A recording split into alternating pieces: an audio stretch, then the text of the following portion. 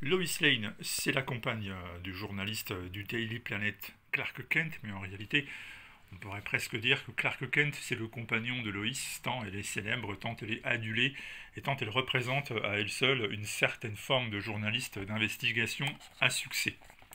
C'est donc justement autour de ça que se développe le récit que nous avons ici, qui est orchestré par Greg Rucka et dessiné par Mike Perkins dans un style très réaliste, très sombre également, avec beaucoup de détails, avec une utilisation magnifique des clairs-obscurs. C'est du beau travail. Et on retrouve Loïs qui se retrouve entre le marteau et l'enclume, c'est-à-dire qu'elle est prise au piège de son enquête, une enquête qui l'amène à se faire expulser des conférences de presse des représentants du Congrès parce qu'elle pose des questions un peu trop dérangeantes. Un de ses contacts en Russie a été assassiné. Bref, pour Loïs, actuellement, il faut faire très attention. Elle est en train de remuer un sacré nid de vipères. Elle a bien la question pour la protéger, la question nouvelle formule, c'est-à-dire René Montoya. Et puis il y a aussi Superman qui traîne toujours par là et qui, le cas échéant, peut prêter main forte, mais Loïs lui fait comprendre qu'elle est indépendante, qu'elle n'a pas besoin qu'un boy scout en collant la surveille et intervienne à chaque fois qu'elle en a besoin. À la limite, ce qu'ils peuvent faire, c'est se retrouver en fin de journée sous la douche, comme je vous le montre actuellement. Pour le reste, Loïs est toujours aussi courageuse, toujours aussi tête brûlée, elle fonce, elle n'hésite pas, elle avance dans son enquête.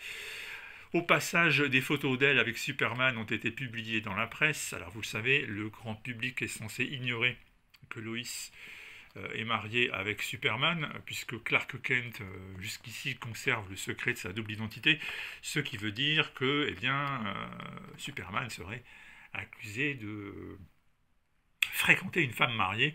Mais bon, ça, ce sont les aléas du métier. Quand tout le monde a un portable dans la main, fatalement, ce genre de choses, ça finit par arriver.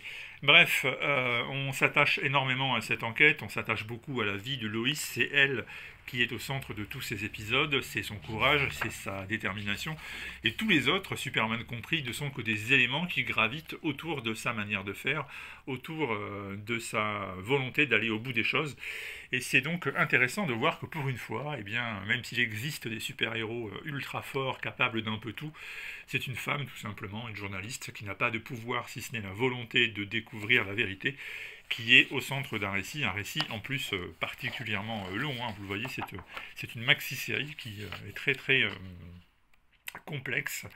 Urban Comics propose tout cela d'un coup, ce qui est une très bonne chose. Au niveau rapport qualité-prix, au bout du compte, eh bien, ça vaut la peine.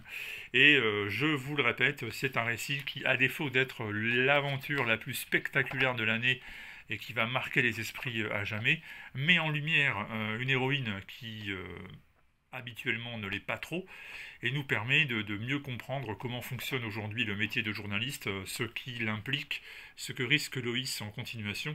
Et c'est un des récits les plus intéressants et les plus honnêtes qui ait jamais été publié autour de ce personnage.